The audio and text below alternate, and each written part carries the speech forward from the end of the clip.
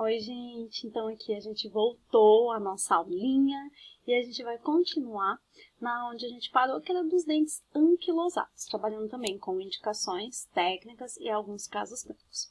Então vamos trabalhar um pouquinho com a etiopatogenia. Então, como que surgem, como que são esses dentes anquilosados? Então, o dente anquilosado, ele é reconhecido como uma fusão anatômica entre o dente e o osso alveolar. Então, desaparece, eu não tenho o ligamento periodontal. Então, eu tenho uma imagem radiográfica onde eu vejo o dente e o osso como se fossem a mesma imagem, sem ligamento. O crescimento ósseo alveolar, ele deixa de ocorrer nesses casos dos dentes anquilosados e geralmente a gente vai encontrar a infraoclusão desses dentes. Raízes íntegras, às vezes não, então a raiz depende, e a ausência de mobilidade. Então a gente não tem mobilidade porque a gente não tem ligamento periodontal, certo? E no raio-x eu vejo uma descontinuidade de espaço do ligamento periodontal, então eu não vejo ele. Eu vejo uma imagem como se fosse dente e osso juntos, né? Contínuos. Então não tem ligamento periodontal, eu não tenho mobilidade e eu vejo ele em infraoclusão, são alguns detalhes. Nesses dentes anquilosados, a gente tem várias condutas que a gente pode realizar, dependendo de cada indicação. Então, existem a exodontia, que é uma linha, e a outra que seriam os platôs.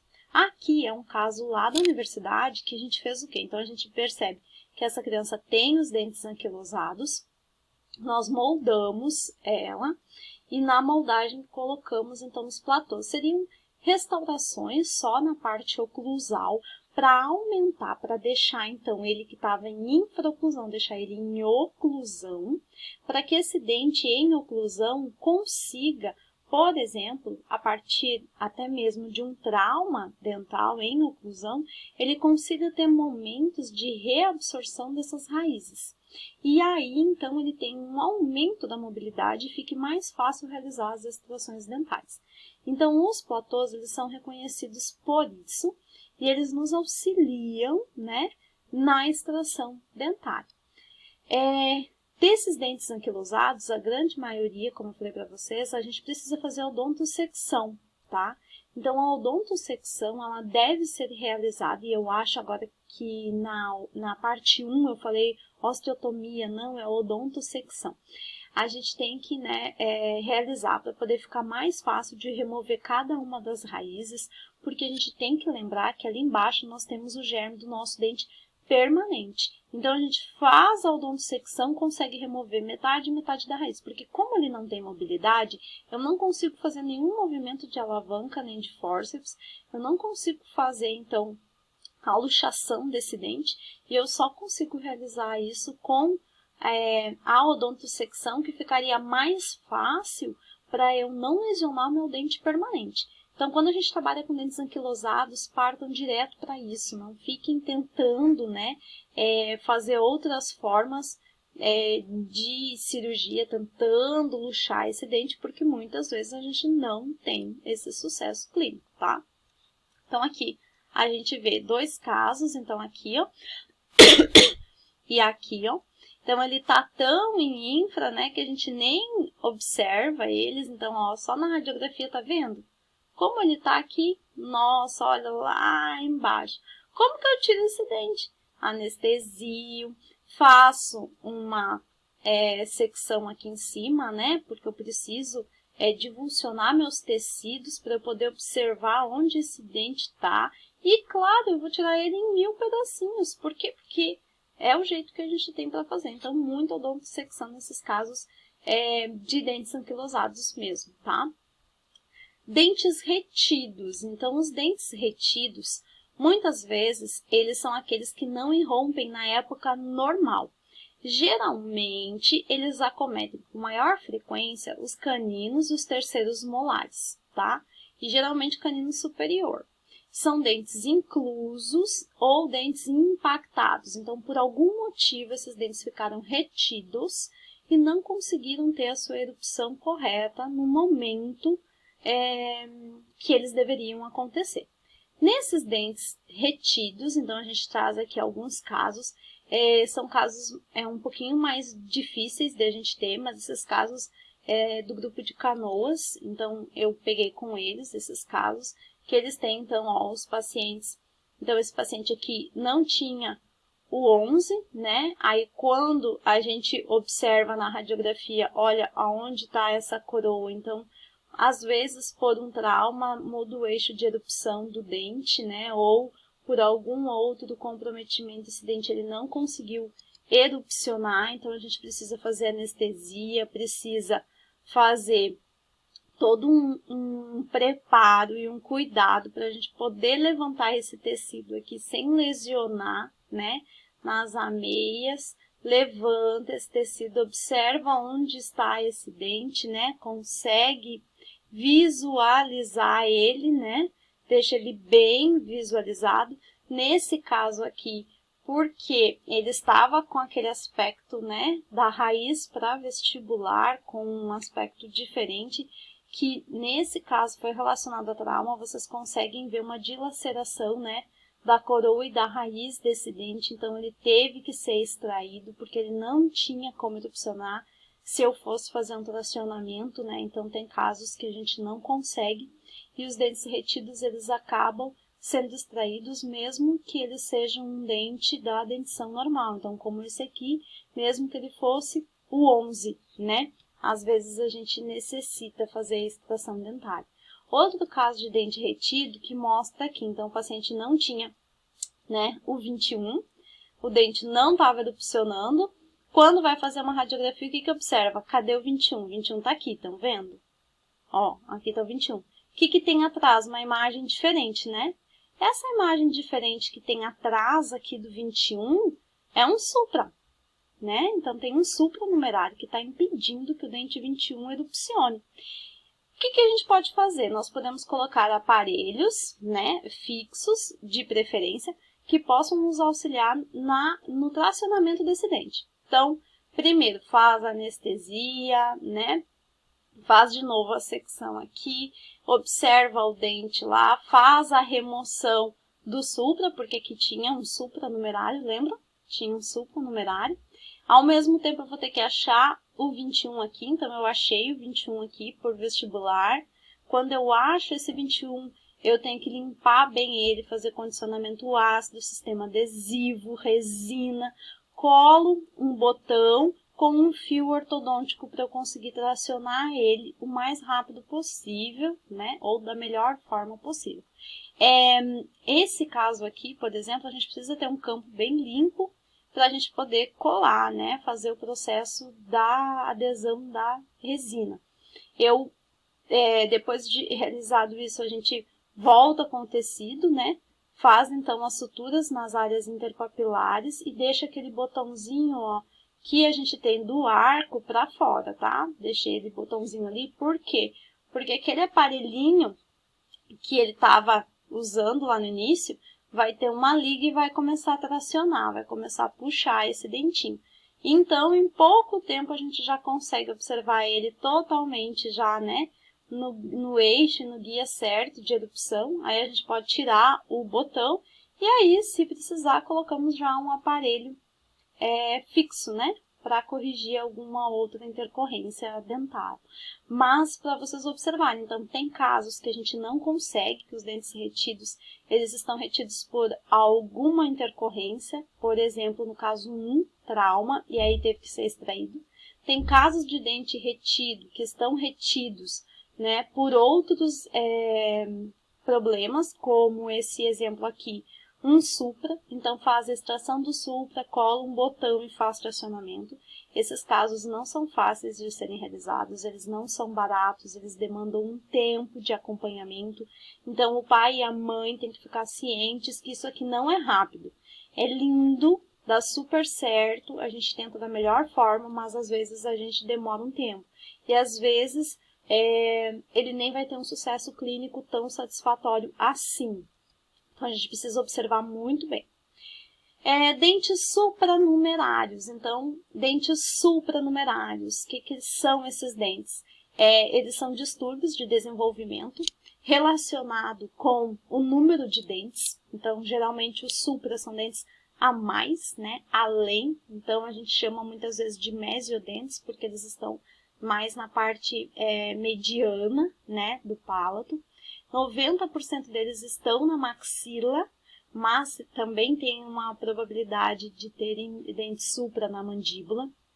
É de 2:1 a relação quanto ao gênero, masculino e feminino, né? Então, mais acometido o gênero masculino que o feminino. 3% dos dentes pertencem à dentição permanente, quando são afetados, e é 5 vezes mais presente nessa dentição, né?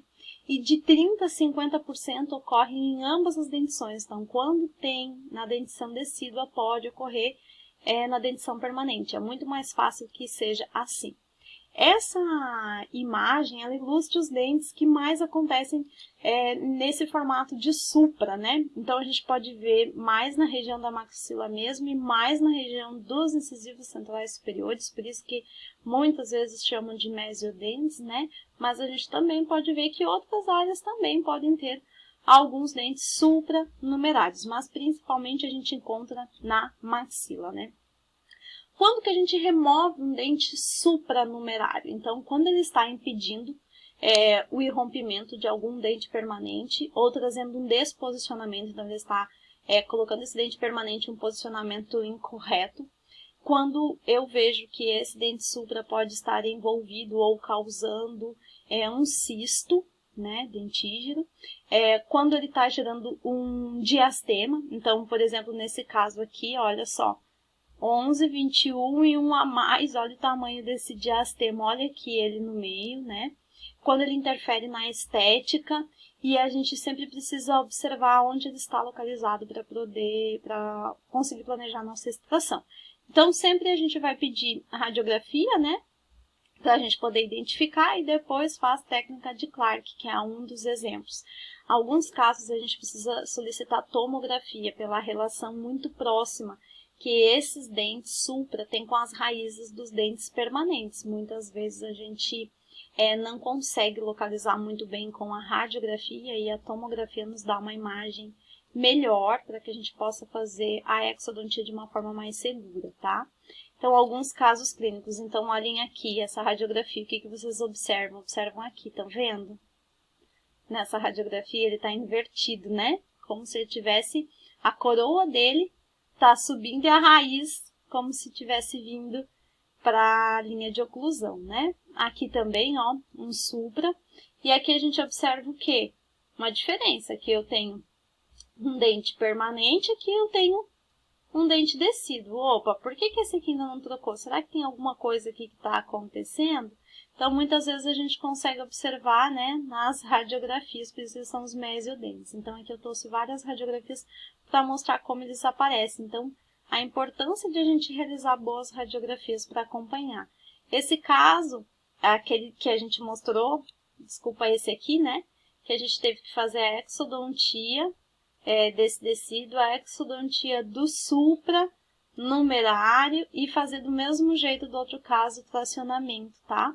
Para até ele poder vir e erupcionar, então, e ficar em boca. Tem alguns casos, como eu falei para vocês, que a gente precisa de tomografia, da imagem tomográfica, para eu ver onde esse dente está localizado, né? E aí conseguir fazer a extração, porque muitas vezes se eu passar essa imagem radiográfica aqui para vocês, vocês não vão identificar onde ele está, né? Então, com a tomografia, a gente consegue ver uma imagem melhor. Aqui são alguns casos também. Então, aqui a gente tem, ó, um supra, tá vendo? Parece um canino, né? Pelo desenho dele, pela anatomia que ele nos mostra, até parece um canino, né? Junto com o central, ó. E aí a gente faz técnica da anestesia, tudo bonitinho. Então, utiliza bisturi, né? Na grande maioria das vezes. Faz a sindesmotomia, o descolamento do tecido, né? E aí faz a extração. Vocês estão vendo que aqui, eu acabei não passando, né? Vocês estão vendo que esse dente aqui é diferente? Ele não é a anatomia de um central, né? Ele também é um dente supra. Dá pra ver aqui como ele tá diferente? Ó.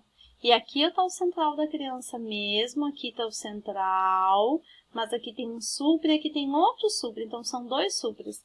Na mesma cirurgia, se foi realizado os dois, e olha lá, ó, os dois permanentes apontando aqui, tá?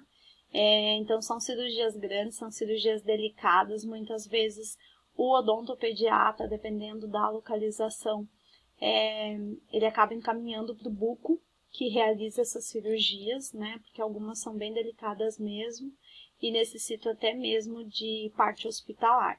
Então, aqui é o caso depois de algumas semanas e aqui ó, os dentinhos já erupcionando, né? Então, todo atraso na erupção dentária, todo diastema, além do imaginável, assim, do aceitável, né?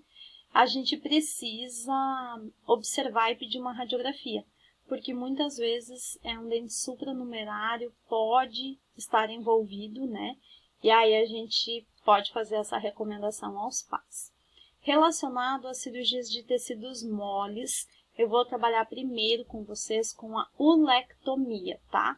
Então, a ulectomia é a remoção do tecido que vai revestir a face incisal ou oclusal da coroa dentária de dentes descidos ou dentes permanentes que não irromperam ainda.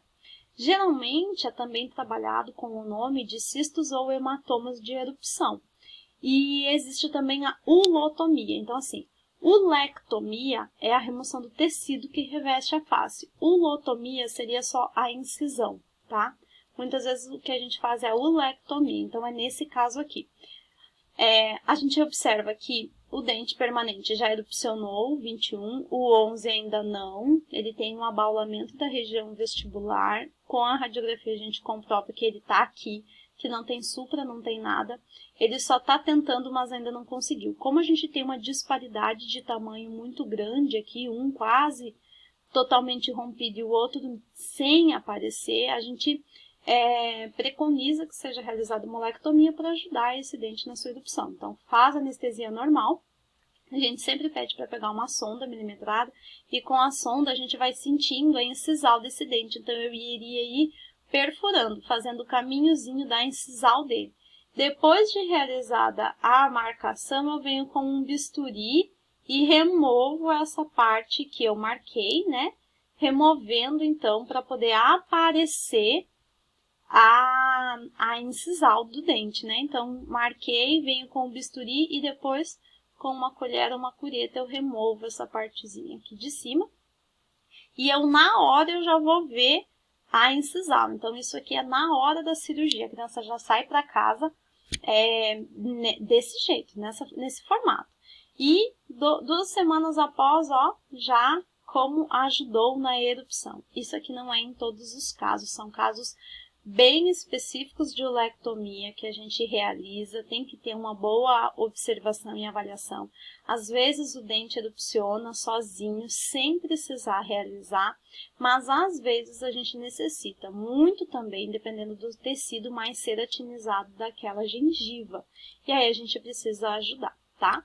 E a frenectomia, que a gente também observa muito. Então, primeira coisa, o freio. O freio é uma dobra mucosa que está inserida numa estrutura fixa e que vai se estender até uma região tecidual móvel. Então, ele vai controlar os movimentos. Então, a gente tem o freio vestibular, né, o freio labial e o freio lingual. Então, são 2 freios que a gente trabalha aqui e são os principais realizados nas cirurgias, né?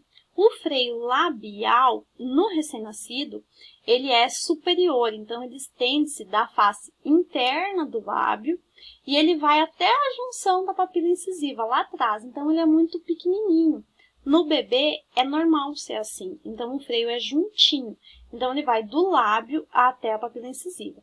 Então ele tem automaticamente uma atrofia fisiológica, é dele ficar assim. Conforme a criança vai crescendo e vai tendo desenvolvimento da maxila e da mandíbula, esse freio também vai tomando uma outra posição. Então, quando ele fica o freio teto-labial persistente, né, ele vai manter uma inserção baixa, só que, como que a gente vai ver se tem que fazer frenectomia ou não? Quando a gente eleva o lábio, se nesse elevar de lábio eu causar uma isquemia na região e eu tiver um diastema, aí eu digo que a frenectomia é indicada. Se não, não é para remover. Se eu não tenho isquemia, Se eu não tenho ele bem inserido lá embaixo, causando um diastema, eu não preciso fazer a remoção desse freio. Claro que às vezes ele pode incomodar alguma criança ou algum pai na escovação por uma inserção mais baixa, então também pode ser indicado, porque às vezes a criança vai escovar e sempre bate ali no freio causador, né, e trauma. Então a gente tem ele como uma indicação. Mas a gente não faz frenectomia labial em todas as crianças, porque isso é normal ser juntinho e depois ele vai aumentando. Então, qual é o período ideal? Quando eu tenho a erupção dos meus dentes permanentes, né? Se eu tiver a erupção desses dentes permanentes e observar que eu ainda tenho um diastema e que além de eu ter esse diastema, eu tenho um teto labial persistente, eu tenho isquemia quando eu levanto, ok, aí eu vou fazer. Se não, eu não tenho essa necessidade. Então, olhem isso aqui. Dente permanente, eu observo que tem o que aqui? Diastema, que o diastema está grande. Olhem como a inserção é baixa. A inserção vem lá atrás, certo? E quando eu puxo, tá vendo que está branquinho aqui? Olha a isquemia que gerou. Aqui sim está indicado eu fazer essa frenectomia. Como que ela é realizada? Eu faço anestesia tópica, eu faço anestesia infiltrativa, faço tudo normal. Aqui é uma das técnicas, tá? Pode-se fazer com laser de alta potência ou pode-se fazer, então, aqui, nesse exemplo, com a própria tesoura. Então, pego a tesoura, levo bem o lábio, pego a tesoura e vou cortar a base do meu freio. Cortei um pouquinho da base, se pinço aqui para poder fazer o quê? Remover. Aqui, pensem, é um tecido fibroso. Se eu não removo esse tecido fibroso, ele volta. Então, não é só cortar. O pique, que a gente chama, ele é para frenectomia lingual de bebês. O bebê, ele não conseguiu ainda desenvolver as fibras desse freio. Então, quando eu faço o piquezinho lá na maternidade, já resolveu. Agora, quando eu estou trabalhando com crianças ou adultos, não é só fazer esse corte. Eu tenho que fazer o corte, eu preciso remover esse tecido. E aqui, estão vendo que a inserção dele se mantém aqui? Se eu manter isso aqui, ele vai voltar. Então, eu preciso tirar tudo. Tiro tudo mesmo, tá vendo? Não tem mais esse freio que eu tô vendo, que antes estava bem lá embaixo, essas fibras. Então, eu tirei todas essas fibras. O ideal, inclusive, é que a gente divulsione ele. Então, eu corto, removo todo ele e entro com uma pinça para divulsionar os tecidos, que é para não ter mais aquela junção, tá? Para realmente eu conseguir eliminar. Aí, faço a sutura. Aqui precisou utilizar aparelho, né? Então, ó, viu que removeu? E, ó, remove tudo, ó. Olha aqui. Tá vendo? Não tem mais nada. Removeu tudo de vestibular e removeu tudo de lingual palatino. Porque a gente realmente precisa. Logo após a cirurgia, olha como ele melhorou. Olha como subiu esse freio aqui. Como ele tá bem mais alto, né? Bem melhor para essa criança. Eu não tenho isquemia, isso aqui é só da região mesmo dos dentinhos, tá? Não é a isquemia que a gente estava vendo. Esse caso foi um caso que a gente realizou lá em Canoas e é muito rápido a recuperação da criança, tá? Quanto ao freio lingual, então, o recém-nascido, no freio lingual, ele estende-se do ápice da língua, então, da pontinha da língua até a base do processo alveolar da mandíbula. Então, ele realmente vem no ápice da língua, porque é a anatomia dele. Então, muitas pessoas, quando olham o bebê recém-nascido, dizem, nossa, tem língua presa. Não necessariamente. Primeiro, vamos olhar o que é normal. Então, isso já é normal dele. Só que existe a anquiloglossia. A anquiloglossia é o quê? É esse freio ser aumentado e aí ele diminuir os movimentos da nossa língua, limitar os movimentos da língua. Isso pode gerar problemas na fonação, na deglutição e na amamentação. Então, quando a gente vai fazer uma frenectomia lingual, a gente precisa avaliar todos os momentos. Então, não é só pegar o bebê e olhar. Não é só levantar a linguinha dele. Eu preciso ver se ele está atrapalhando na amamentação dessa mãe, se tem algum problema que essa criança não está fazendo a pega do seio de forma correta, isso pode estar interferindo, tá? E depois, quando essa criança é maior, a gente tem que avaliar para poder indicar a frenectomia se essa criança consegue colocar a língua toda para fora, se a língua forma um coraçãozinho ou não, se ela tem problema de fala, se ela tem problema de se alimentar. Então, são vários fatores relacionados. Muitos profissionais saem fazendo cirurgia para todo tipo de paciente, mas ele não é indicado, então é um sobretratamento. A Associação Brasileira de Odontopediatria pede muito cuidado quando a gente vai indicar as frenectomias, tá? Então, vamos para alguns casos, tá? Então, olhem isso aqui, a criança vai botar a língua para fora, ó, ela forma um coraçãozinho, estão vendo? Ela não consegue colocar a língua toda para fora, ela não consegue colocar a língua até o queixinho. Nem até que assim. Ela faz força e o máximo que ela consegue é aqui e forma um coração. Isso quer dizer o quê? Que a pontinha dele está puxando lá para dentro. Então, aqui é a inserção do freio e ele está puxando, por isso esse coração. Quando eu peço para a criança colocar a língua para trás, olha o que a gente observa. Isquemia nessa região, tá? Sempre observe isquemia nessa região. Aí sim, esse caso é um caso clássico de pedir para a gente realizar a frenectomia. Gente, mesmo que seja num bebê, às vezes lá na maternidade, os profissionais falam que não tem a necessidade de fazer anestesia, porque não vai doer o pique. Dói, tá? Igual, então a gente sim precisa fazer anestesia, mesmo que pouquinho, porque claro, é um bebê, né? Tem uma quantidade para a gente aplicar, para ser segura, mas a gente tem que fazer essa anestesia, que é a anestesia local. Geralmente, o que a gente faz? A gente passa anestésico tópico, anestesia localmente aqui, tá? E aí, ó, essa aqui é tentacânula, é o nome desse instrumento aqui. A tentacânula é específica, ó, porque ela leva a língua para trás e ela deixa no meio dela só a parte do freio. Como ela tá levando a língua lá para trás e deixa só essa parte, eu venho com a minha tesoura aqui e corto só essa parte aqui. Quando eu cortei essa parte, olha o que faz a divulsão que eu falei para vocês. Divulsionem bem, gente. Toda vez que divulsionar bem, a gente reduz e muito a possibilidade dele voltar. Porque às vezes, se eu deixar a fibra colaba de novo e aí volta o freio do mesmo jeito, eu tenho que fazer uma nova cirurgia. Depois que eu divulsionei bem esses tecidos, aí eu faço uma sutura simples, tá?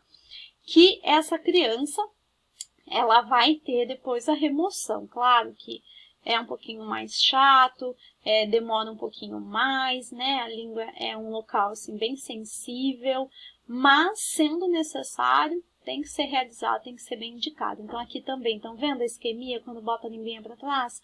Chega a ficar branquinha, ela não consegue. Então, vamos lá de novo. Tenta a cânula lá atrás, faz a remoção e, ó, faz a sutura.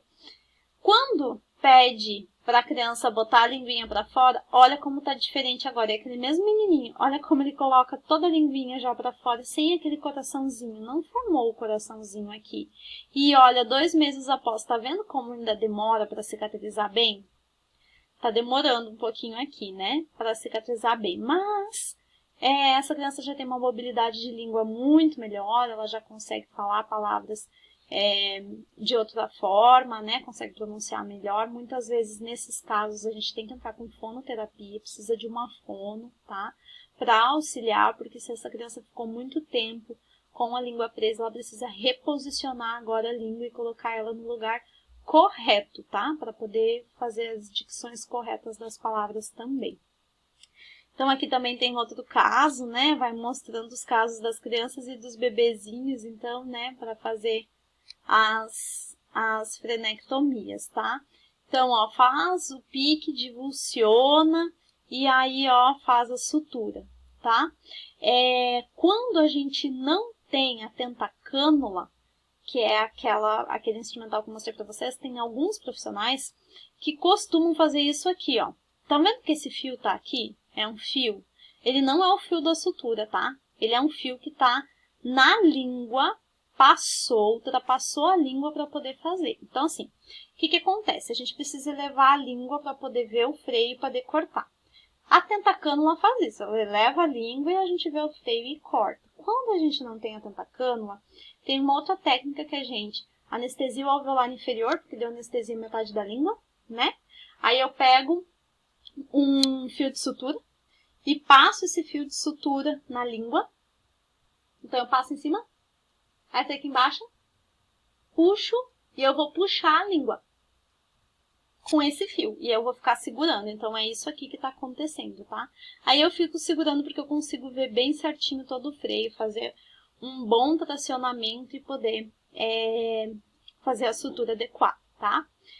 Tecidos moles, gente, mucocele. Mucocele, ela é bem frequente, comum de acontecer. É um aumento de volume causado pelo acúmulo de líquido mucoso nos tecidos da cavidade bucal. Pode ocorrer em qualquer idade e ela é caracterizada por um extravasamento ou uma inflamação, retenção, né, muitas vezes causada por trauma, ou uma ruptura ou uma obstrução da glândula salivar, né? Esse caso aqui é uma paciente minha lá do sul que me mandou a foto do que estava acontecendo e a mãe estava desesperada do que era essa bolinha aí. Essa imagem aqui também não é muito boa, mas dá para ver dentro da mucocele a gente tem que fazer também anestesia, então faz anestesia tópica e faz anestesia local um pouco longe dela. Por quê? Se eu fizer dentro da mucocele ou muito ao redor, pelo extravasamento do meu anestésico local, muitas vezes eu posso perder a referência do local que eu tenho que fazer a punção para daí eu poder fazer a minha cirurgia. Então, eu tenho que dar ao redor um pouquinho mais espalhado, não em cima da lesão de mucocele. Eu sempre preciso de uma pinça para poder puxar essa lesão e remover toda a base dela. Então, a gente remove a lesão por completo, remove toda. Sempre é bom abrir um pouquinho dessa lesão para a gente remover qualquer outra glândula que ainda possa estar obstruída aqui.